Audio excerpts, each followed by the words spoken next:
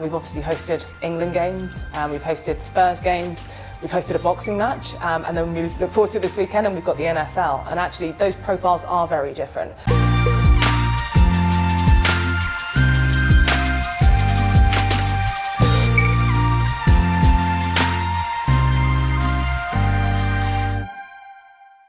Hey there, ALSD, back here at ALSD International, this time with Charlene Nyantekyi, General Manager of Club Wembley with the FA Group.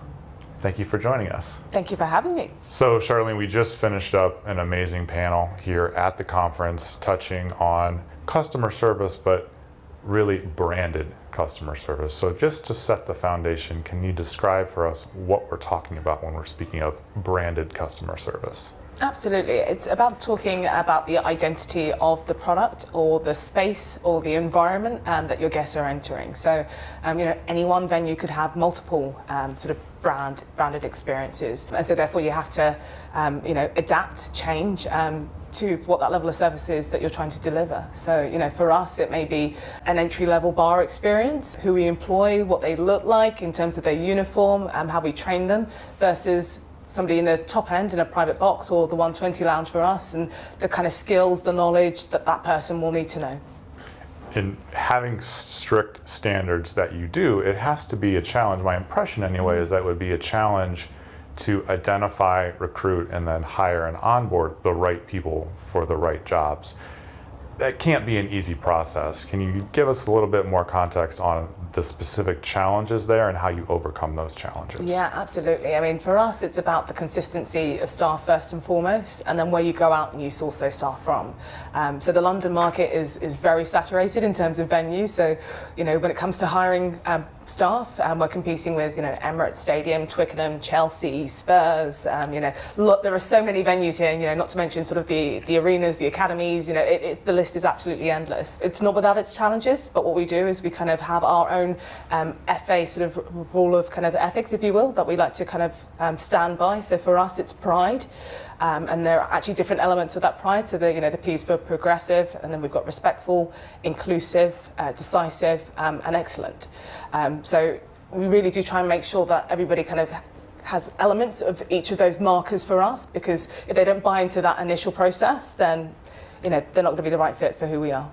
And you're a multi-purpose facility, so you're hosting a variety of different events, which means a variety of different audience members coming in, buyers, Absolutely. Fans, however you want to identify those patrons entering your facility. So from day to day, event to event, how do those standards certainly not change, because that's your guiding principle, but how do you morph them into the particular event, the particular patron that's coming into your facility? And that really is about understanding the audience profile, right? So if I just look at the last, say, couple of months at Wembley Stadium, we've obviously hosted England games, we've hosted Spurs games, we've hosted a boxing match, and then we look forward to this weekend and we've got the NFL. And actually those profiles are very different.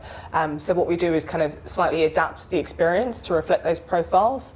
So actually it may be that for boxing, for example, it's a less formal crowd, so the level of service that's required in the 120 is probably not as high end as we would do for, say, an England game. But it really is about researching and understanding that audience profile, and then making sure that you have the right product and then the right people to be able to execute it. And we're able to have the great opportunity to visit your facility. So I think maybe in closing, why don't you run through your premium portfolio and then address how the brand standards are applied to each individual space. So if we kind of start from the sort of entry level, we have what we call the inner circle memberships. So that's essentially a seat-only product, but a premium seating experience. And then this year we launched the Centre Circle, so that's the first step into an inclusive experience. So it's a seat on the halfway line, but very much a lounge buffet-style experience.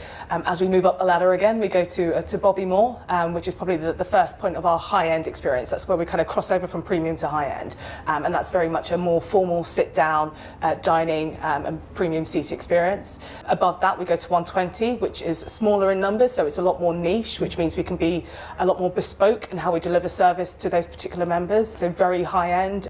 The comparisons are probably more in line with high-end hotels, restaurants, top airline business class lounges. And then obviously right at the top of the tree, we've got our premium sort of executive boxes. Again, where you're able to kind of really bespoke the look and feel of that box to whatever that member's needs are. So it really is kind of quite a sort of a breadth and depth in terms of the different types of brand and customer service experience we try and deliver there. And actually what's interesting for us is we are going through a transition period at the moment where we're re-looking at what those brands are, what the tone of voice is. I mean, I think we're all fully aware that the hospitality world has shifted hugely over the last sort of 10 years. And we want to make sure that we're kind of ahead of the curve. So it'd be great to kind of catch up with you guys in a year's time and let you know what we've been doing and what's changed. Absolutely. Well, why don't we leave it there for today then? And we certainly do look forward to following up throughout the year and hearing how all this turns out for you. Yeah, watch your space. Thank you so much, Charlene. Really appreciate your time. Thank you.